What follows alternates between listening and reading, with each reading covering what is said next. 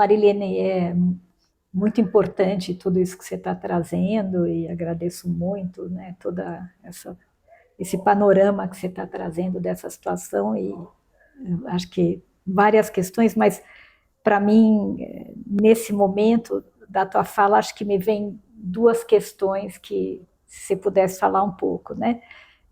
Uma delas enfim, eu acho que o trabalho que vocês fazem no LIEP é parte desse processo e estendendo, né, o campo da psicologia escolar, né, aqui na USP, mas envolvendo também outras universidades, né? É parte de um movimento de crítica, né? E talvez a gente poderia dizer de resistência, né, a esse tipo de leitura, né, dos fatos ou das dificuldades das crianças. E então eu fico querendo te escutar um pouco como é que esses movimentos têm podido enfrentar essa situação no campo da educação, né? Vontade de saber, né, se há projetos nesse sentido, né, dessa crítica ou de mostrar outras possibilidades a partir de todo o repertório que se acumulou, né, de conhecimento, né, sobre a questão da faixa etária, dos processos pedagógicos, né? Então, como é que isso tem sido feito? Como é que as escolas recebem isso? Né? Eu sei que a pergunta é genérica, né? Mas pensando talvez particularmente também, não sei, né? Tem a rede pública, tem a rede privada, como é que isso, né, isso opera nesses diferentes campos? Esse é um campo de perguntas que seria legal te ouvir. E um outro é, de fato, as famílias, né? Assim, como é que também é genérico, e eu imagino que haja estudos, né? Pensando em termos de, não sei, atravessamentos, classes sociais, nível de escolaridade dos pais, porque imagino que não é para todos que é tranquilo medicalizar um filho, né? Claro que deve ter na famílias também questionamentos a respeito disso, como é que se dá esses processos, né? As famílias têm participado desse debate ou não? Enfim, queria te ouvir um pouco nesse campo. Assim. Maravilha. Então, pensando a questão da resistência, primeiro, né, dos movimentos que nós fomos fazendo de enfrentamento, nós tivemos assim um primeiro grande movimento, que eu diria, porque nós estávamos na academia, né, aqui na academia, fazendo esse trabalho de orientação, mas nós vimos que isso era muito pouco, né, porque a discussão precisava ir para além dos muros nossos da universidade, trazer mais a articulação interdisciplinar para essa questão, que é uma questão que envolve a medicina, que envolve a educação, envolve a psicologia, envolve, né, a farmácia, envolve... Então, nós acabamos, através do Conselho Regional de Psicologia de São Paulo, que era uma instância que recebia muitos questionamentos dos psicólogos, como fazer, a quantidade de crianças medicadas, né? Então, nesse momento, nós nos articulamos com o Conselho Regional de Psicologia de São Paulo, e a partir dessa constatação nas diversas áreas, nós começamos a trazer as pessoas que estavam trabalhando, pesquisando, né, e interessadas nesse tema. Então, eu lembro que depois eu estava nessa época como presidente do Conselho Regional, e nós fizemos... Isso que anos eram, desculpa? Isso foi 2008. E nós nos deparamos com um projeto de lei que estava quase para ser aprovado na Câmara Municipal, e que ia diagnosticar todas as crianças da rede pública municipal de São Paulo para verificar se elas tinham ou não dislexia. E aí, nesse momento, quando surge, né, já tinha passado por uma audiência pública, quando passa por 2 audiências públicas, já vai para a sanção do prefeito. Então, quando nós descobrimos e ficamos sabendo do projeto, ele já tinha passado pela primeira audiência pública, já tinha sido aprovado. Então, nós todos fomos para a Câmara Municipal, né, tentar dialogar com os vereadores para que não aprovassem um projeto como esse, porque ele seria um projeto que implantaria oficialmente o diagnóstico na rede, né, dentro dessa crítica que nós já estávamos fazendo. E foi aí que a gente iniciou um diálogo com 2 vereadores na época da Câmara Municipal que nos acolheram para ouvir as nossas demandas da psicologia, né? Então fizemos esse debate, né? Conseguimos fazer um seminário aberto na Câmara Municipal. Nossa, tinha mais de 700 pessoas inscritas nesse seminário, foi assim super importante, né? E trouxemos colegas da pediatria para falar. Então, naquele momento, a professora Maria Aparecida Moisés, da Unicamp, que era uma pessoa que já há muitos anos estava discutindo as questões da medicalização na pediatria. A Cecília Colares, que fazia esse discurso também na Unicamp, muito questionando, né, a concepção medicalizante na educação, e o conselho representado ali, né, pela psicologia, representando a psicologia, fazendo também esse discurso já da psicologia escolar, de mostrar como era o bastidor da escola, como era o dia a dia da escola e como nós deveríamos olhar isso ao invés de utilizar a medicação. Então, montamos esse seminário foi muito impactante, principalmente para os grupos que já queriam, né, que o projeto fosse aprovado, já imaginariam que esse projeto seria aprovado rapidamente. E isso fez com que o projeto não fosse aprovado, né? Nós fizemos esse primeiro seminário, depois fizemos um jornal do Conselho sobre o tema, fizemos um programa, né, como esse aqui, né, gravado, nós tínhamos todo mês um programa temático do Conselho, então um dedicado especificamente à medicalização da infância, e começamos com esse movimento, né, de questionamento envolvendo então a educação, a saúde e a psicologia. E o que aconteceu é que nós tivemos assim uma reação muito violenta dos grupos que já estavam à frente desse processo, querendo aprovar, né, a lei, né, a lei que permitiu o diagnóstico. E isso fez com que nós reagíssemos mais fortemente e criássemos um fórum sobre medicalização da educação e da sociedade.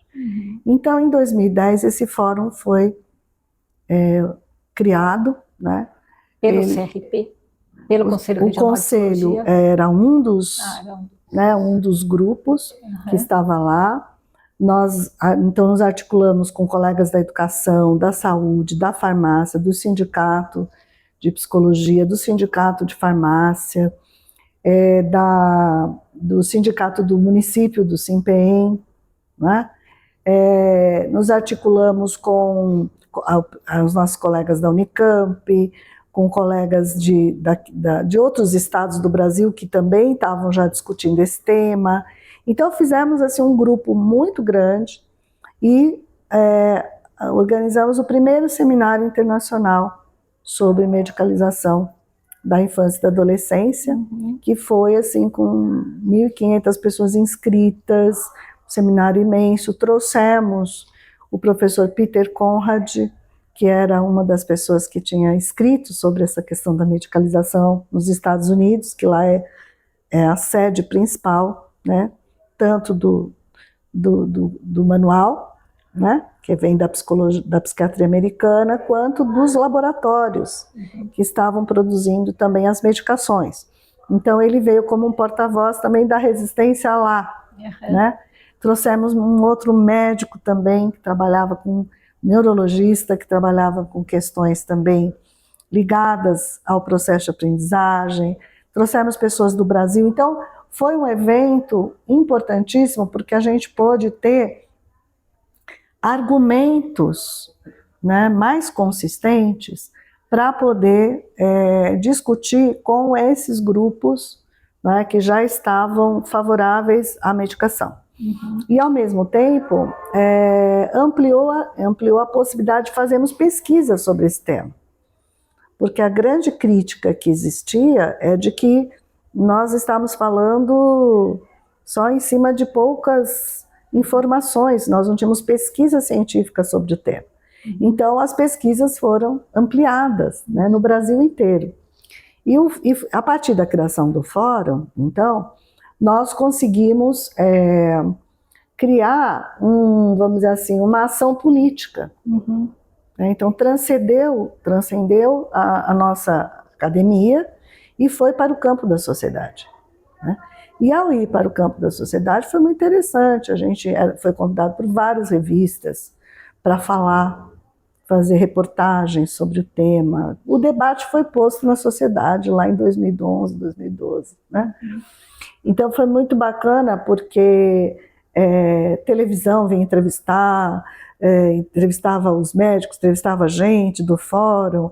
Então isso fez uma discussão, ampliou uma discussão muito grande e fez com que aqui em São Paulo nós criássemos o primeiro protocolo no município e no estado para uma regulação da utilização de medicamentos no caso de questões escolares. Então isso foi um trabalho muito importante que foi feito com a Secretaria de Saúde, né? Então um grupo aqui do fórum com a Secretaria. Então nós conseguimos esse protocolo, conseguimos em Santos, em Campinas, e outros estados do Brasil, Piauí, porque aí nós conseguimos construir subsedes do fórum, que era a sede em São Paulo, em vários estados do Brasil. Nós chegamos a ter 25 subsedes deste fórum pelo país, né? E cada um buscando, na sua região, construir os seus protocolos, as suas discussões também sobre a questão da medicalização. Então, a partir desse processo, durante 10 anos, então de 2010 até 2020, o fórum teve uma atuação enorme. Chegamos a conseguir, com a Anvisa, que a Anvisa lançasse um documento mostrando a utilização excessiva de drogas psicoativas na infância. Né? Eles fizeram esse documento. Depois o fórum conseguiu, a partir da Lei da Transparência de 2011, fazer um levantamento também dos dados nacionais de utilização de drogas psicoativas. Então foi feita uma nota técnica em 2015, mostrando o que estava acontecendo no país, né? O Ministério da Saúde chamou todos os secretários de educação e de saúde, no Ministério da Saúde, dos secretários de saúde, mas convidou os secretários de educação para falar sobre o uso excessivo de medicamentos. Chegou até o Fórum de Direitos Humanos do Mercosul, que fez uma recomendação para a América Latina, no sentido de não utilizar medicamentos na infância sem muito rigor, sem muito cuidado.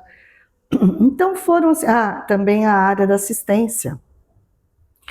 O nosso Conselho, né, Nacional de Direitos da Criança e do Adolescente também fez uma nota, porque eles também identificaram que as crianças e jovens em privação de liberdade estavam sendo altamente medicados, né, para não fazer os motins, os enfrentamentos dentro das unidades de privação de liberdade, né?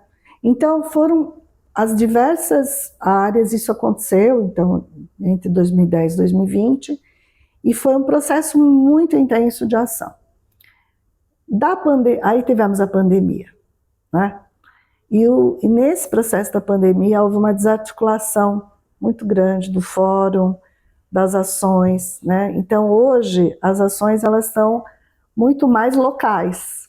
Nós não temos esse trabalho institucional nacional como nós tivemos naqueles 10 anos, né? Em rede, né? Em rede.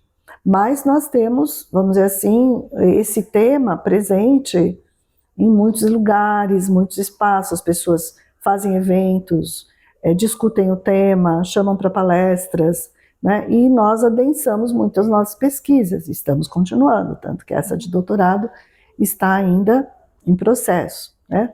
E na tua opinião, apesar de você ter dito antes que as curvas de medicalização da infância e adolescência são ascendentes, você acha que esses processos todos no Brasil contribuíram para frear um tanto essa ascensão? Eu acho que ainda não.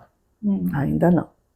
Nós não tivemos... O fato de ter elaborado protocolos para a Secretaria da Educação... Eu acho que ajudou, mas não mudou assim de forma significativa o quadro, sabe?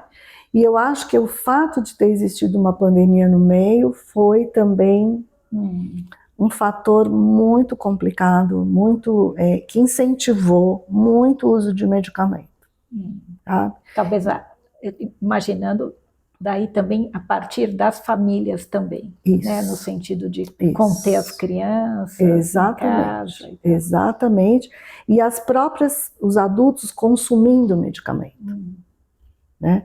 Porque quando a gente vê tanto os medicamentos para a infância quanto o medicamento para adultos, os dois subiram juntos. Né? Então não houve uma curva decrescente em nenhum dos sentidos, né? Então eu acho que a pandemia, eu acho não, os dados mostram, né, que a pandemia ela foi um contexto de um sofrimento absurdo, né, de uma desestabilização, né, da vida das pessoas, da estrutura de trabalho, das condições de vida. Então eu acho que tudo isso foi um fator muito preponderante para que a utilização de medicamentos continuasse e até tivesse essa curva ascendente. Né? Acho que agora é o momento da gente tentar retomar, né, esse processo, ver como a gente poderia, né, retomar esse processo. Porque o que acontece, Belinda, é que no momento que você tem um contexto tão difícil como o da pandemia, você também cria um conjunto de apoios na sociedade para apoiar desta forma as pessoas. Né? Então, entidades, grupos organizados que vão dar apoio aos diagnósticos e à medicação. Nós tivemos o boom do autismo. Agora, depois da pandemia. Depois da pandemia. Né? Então, as crianças que não tiveram convivência, que não puderam estar na escola, e hoje são diagnosticadas como crianças com déficit no seu desenvolvimento. Né? Déficit global de desenvolvimento. Então, você tem aí uma série de condições que trouxeram muita consequência para a vida das crianças e dos adultos. Né? Nós terminamos uma pesquisa de mestrado com a minha orientanda, a Camila Guaranha. Ela fez numa cidade do interior de São Paulo, vendo justamente essa questão do impacto da pandemia. Né? Ela trabalhou com as crianças 23, 24, 25, né? Os 3 anos. E inclusive teve acesso aos dados nossos, tanto nacionais quanto os dados do estado de São Paulo. Todas as curvas são ascendentes, assim, 150%, é uma coisa assim impressionante. Dos diversos diagnósticos. Dos diversos diagnósticos. Do déficit de atenção, da dislexia, autismo foi autismo. Altíssimo, dislexia menos, mas déficit de atenção e autismo enormes, as curvas. E, ao mesmo tempo, a curva da utilização de medicamentos, também, ascendente. E tivemos também desculpa, Marilene, mas quando se faz esse diagnóstico, o quanto se leva em consideração, porque é tão evidente o impacto da pandemia na vida das crianças, e quanto isso é levado em consideração quando se emite esse diagnóstico, quando se avoluma esses números de crianças diagnosticadas. Isso é feito com alguma... Não. consciência crítica do contexto social, do não momento é feito. histórico. As crianças que nós acompanhamos, não é feito.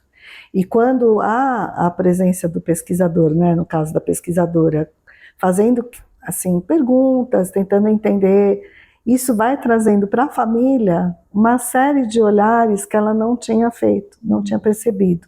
A mesma coisa para o professor.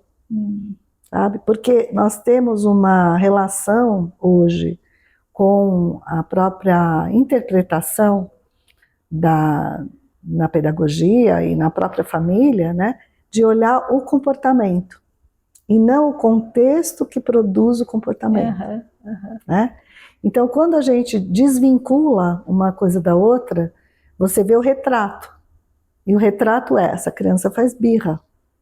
Ela tem 7 anos, como ela faz birra? Isso não é esperado para 7 anos. Né? E não se avalia e não se discute o contexto da produção desta birra. Né? Então esse é o trabalho que a gente faz quando está com as famílias, e aí indo já para a pergunta das famílias. Isso, eu queria te ouvir muito sobre então, como é que as famílias lidam com todos esses diagnósticos, com a medicalização, um pouco intuitivamente, não é? Assim, porque não é o meu tema exato de pesquisa, essa questão toda dos diagnósticos da criança e a medicalização, né, consequente a isso, mas aumentou muito a frequência com que a gente ouve as famílias dizerem: meu filho é autista, né?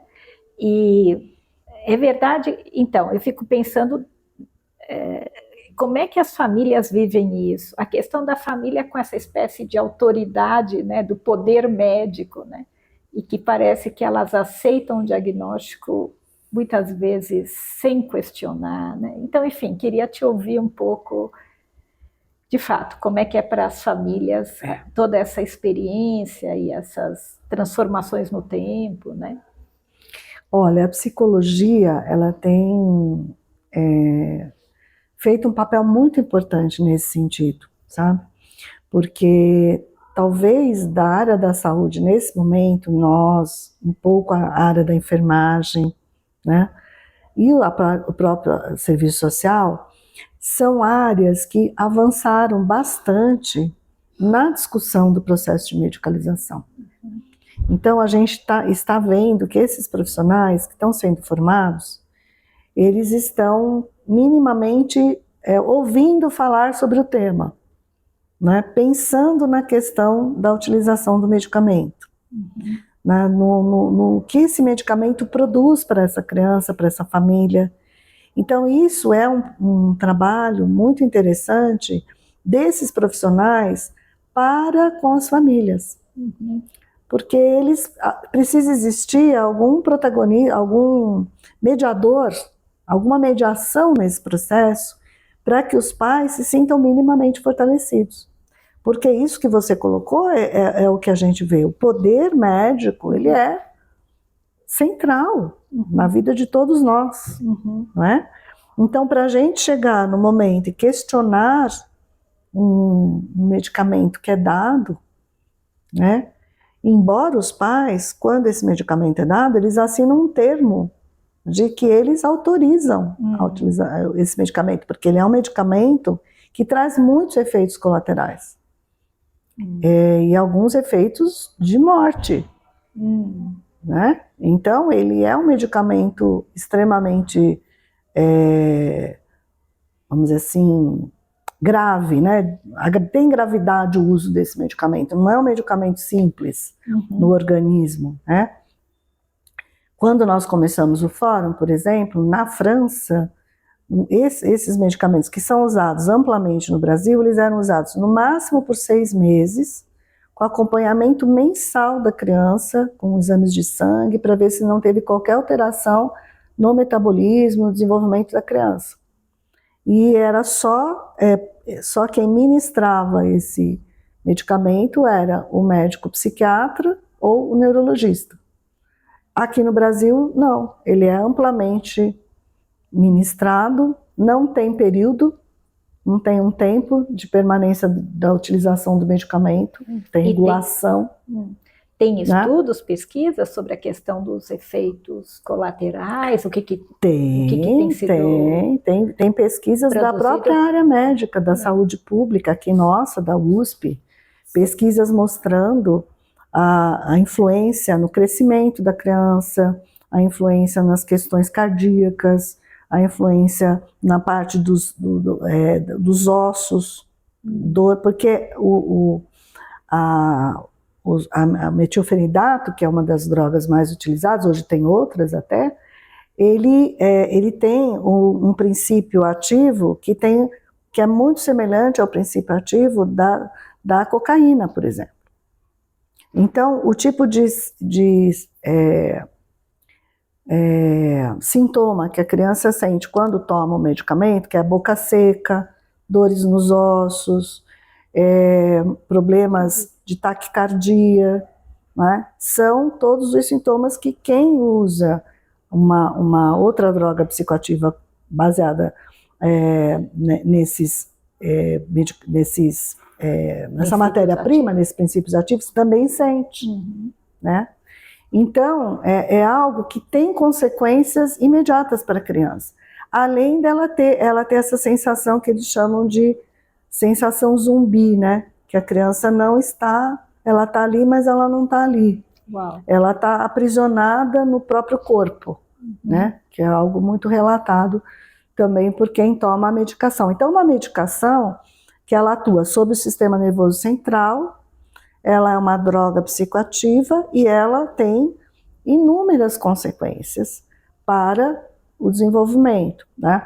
Fora isso, já tem pesquisas, naquela época, 2010, já existiam pesquisas interessantes, mostrando que nos Estados Unidos, eles fizeram essa pesquisa acompanhando jovens, né, crianças que tomaram e depois, como jovens, são usuários de drogas. Por quê? Porque a criança desenvolve uma subjetividade onde ela só vê que ela pode funcionar se o medicamento estiver com ela. Sem o medicamento, ela não consegue ser o que ela quer ser. E isso passa a ser uma necessidade de vida, né?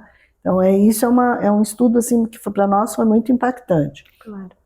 Outro estudo que foi muito impactante foi uma revisão sistemática feita por uma universidade do Canadá, a McGill, onde eles levantaram, isso foi o começo de 2013, mais ou menos, 2012, eles levantaram 5.000 estudos sobre TDAH no mundo. Desses 5.000 estudos, eles separaram em 3 grupos. As crianças que tomaram só medicação, as crianças que tomaram medicação e tiveram algum tipo de terapia, e as crianças que tiveram só atenção terapêutica. E os melhores resultados foram com as crianças que só tiveram a atenção terapêutica. Então, tem muitos estudos mostrando, né, fazendo essa crítica, e para a gente trabalhar isso com os pais, com as famílias, né, é um grande desafio. Porque muitas vezes para a família, ela também vê que a criança está mais quietinha, que ela está mais... mas ela não percebe que isso é algo que não ajuda a criança a desenvolver, né, estratégias, mecanismos, formas de superação da problemática escolar, né? Então, quando os pais também começam a pensar sobre isso, eles começam a entender, sabe, o que produziu, como é que desencadeia isso, como é que começou, em que circunstância, e na maior parte das vezes as circunstâncias vêm do início da alfabetização. A criança começou a não ficar bem na escola e a escola dá o sinal de alerta para a família. E aí a família se sente responsável a tomar uma atitude. Né? E a atitude é sempre uma atitude de buscar um profissional para o diagnóstico. Né? Então, quando a gente recupera, sabe, com as famílias, eu tenho 3 trabalhos de acompanhamento de famílias, né, que as crianças eram diagnosticadas já. Há muito tempo, já tomavam medicação e tal. Então, nós tivemos o acompanhamento, e quando a gente ia trazendo recuperando a história, a memória, né, de como começou, em que circunstâncias, era muito interessante. Porque a própria família pensa, nossa, mas olha, agora eu pensando bem, então eles vão reconfigurando esse lugar, sabe, da medicação, né? E vão, e nos casos que a gente acompanhou, todos eles se propuseram a conversar com os médicos e ir retirando a medicação. Porque eu imagino que as famílias, se elas têm acesso, né, a um panorama mais amplo sobre os efeitos da medicação, as possíveis consequências, eu acho que isso é algo que sensibiliza a grande parte das famílias, né? Porque ninguém quer ver seus filhos, né, dependentes, lógico, né, lógico. de uma medicação ou em riscos, né, de diversas ordens somáticos, né? Então, eu imagino que um trabalho com as famílias deva ser um caminho realmente importante. Isso, e um fortalecimento de que eles, enquanto família, eles podem acolher essa criança de uma outra forma e que isso vai surtir efeitos muito positivos, né? Não precisa ter essa necessidade, necessariamente uma intervenção química para isso, né? Que o manejo das relações, ele precisa ser reconfigurado e pode ser reconfigurado, mas tem que haver, lógico, um desejo, né, de que isso se materialize, né, de que isso aconteça, e pela nossa experiência, todas muito positivas, famílias assim, compreendendo o processo, porque eu acho que é esse lugar, sabe, que a gente estava comentando, que a forma de você entender a sua problemática a partir não do comportamento da criança, mas do contexto em que esse comportamento foi constituído, muda completamente o olhar para aquela criança, né? Então, ao invés da mãe falar, dos relatos das mães, né, dos pais, olha, hoje ele acordou, ele estava assim super nervoso, ele não quis ir para a escola, ele jogou o caderno dele no chão.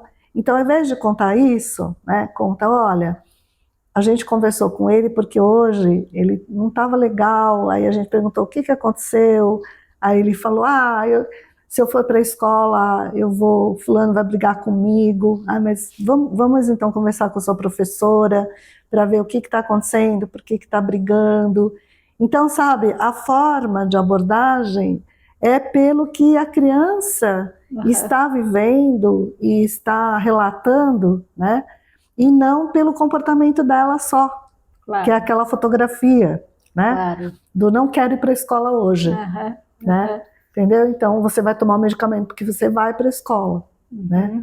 Muda completamente a forma de abordar com a criança e em todos esses momentos, os pais começam a ter uma escuta da criança, né? Eles começam a ouvir o que a criança tem a dizer, porque em muitos relatos dos adultos, a fala das crianças, ela às vezes comparece como, ele está falando isso só para não ir na escola.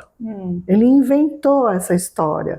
Pode até, né, em algum momento ter uma invenção, mas a invenção já é uma forma de você não conseguir dizer o que você quer dizer, né? Então, é muito legal a gente poder, é muito importante para os pais, né, eles também poderem perceber esse mecanismo, né, de como interpretar o que está acontecendo com a criança, como ouvir as coisas que estão acontecendo, dar uma atenção realmente maior para as relações que estão acontecendo na escola, né? Porque também há em muitos pais, há uma certeza de que a escola está fazendo o melhor, né? E nem sempre a escola está fazendo o melhor. Ela precisa desse diálogo também para entender o que está acontecendo lá. Né? Ou às vezes, eventualmente, os pais têm críticas, mas também não sentem que tem espaço na escola, né, para levar essa crítica. Eles estão muito conversar. eles se sentem muito mais passíveis de culpa do que tendo, né, legitimidade para poder ir lá dialogar ou questionar alguma coisa da escola. Assim como é difícil questionar o médico e o diagnóstico, né? Assim, exatamente. Que sempre são um tanto constrangedores, né? Quem sou eu para questionar, né? A escola, o médico, né? É muito forte isso. Então, vamos dizer assim, esse espaço de mediação dos profissionais, né, de educação, ou da psicologia escolar, ou da saúde, ou que sejam profissionais que possam ter esse diálogo com os pais, nossa, é fundamental. Porque aí eles também vão podendo encontrar os caminhos, né? Que não são só esses caminhos da utilização de medicamentos. E como é rápida a mudança da criança, né? Quando esse caminho vai sendo construído, a criança começa imediatamente a trazer, a escrever, a gostar da escola, a querer ler livros, entende? Então você tem um outro lugar, a própria criança vai construindo um outro sentido, um outro significado da escola na vida dela, né? Que naquele momento, até aquele momento era alguma coisa que para ela estava perdendo esse sentido, né? Claro.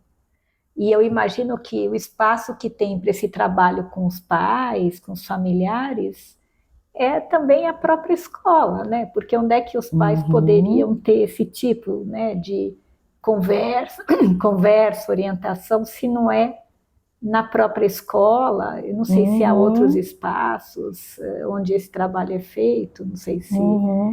Não, eu acho que a própria discussão pedagógica, né, da escola, na relação com o psicólogo, a psicóloga escolar, que participam desse processo, né, eu acho que é o caminho, né, é um caminho formativo também para a própria escola, né, porque também a gente não vê isso como uma coisa já instalada na grande parte das escolas, né, a gente ainda vê uma tentativa de encaminhamento para fora, para o profissional que está fora da escola, né? Mas pouco um retorno do ponto de vista e nós, o que nós podemos fazer por ele, né? Por ela. Então acho que ainda é um processo que precisa caminhar mais nas escolas. Nós tivemos agora a aprovação, em 2019, da lei que cria as equipes multiprofissionais na educação básica da rede pública. Então, formada pelo assistente social e pelo psicólogo escolar. Então, como profissionais da educação que vão colaborar nas redes, né, de educação básica do Brasil. Então, nos estados, nos municípios. Então, já temos a legislação.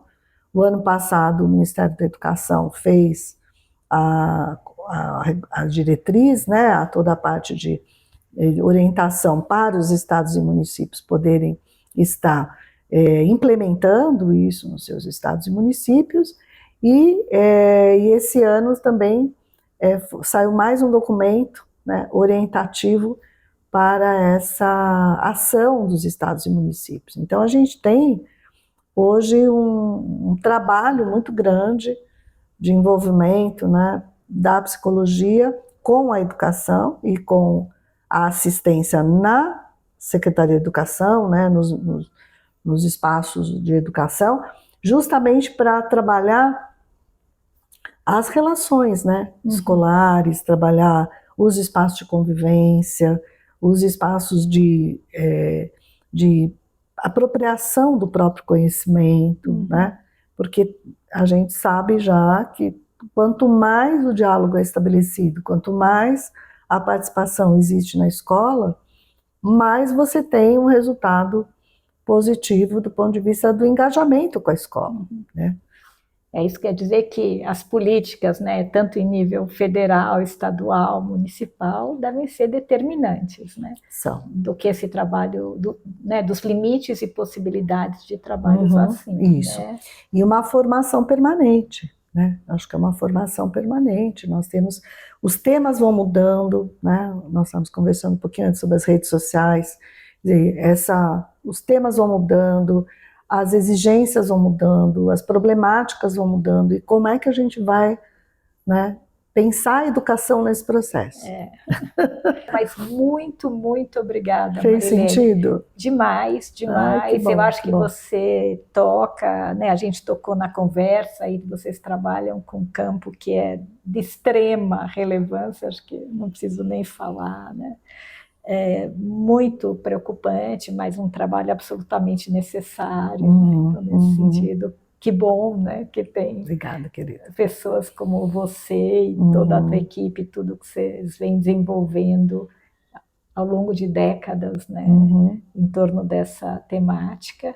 E então, só agradecer. Muito obrigada. Imagina, para mim que é uma alegria estar aqui, eu que agradeço muito, Ai, viu? A que bom, oportunidade que de bom. poder conversar sobre esses temas todos tão delicados e tão importantes para nós, né?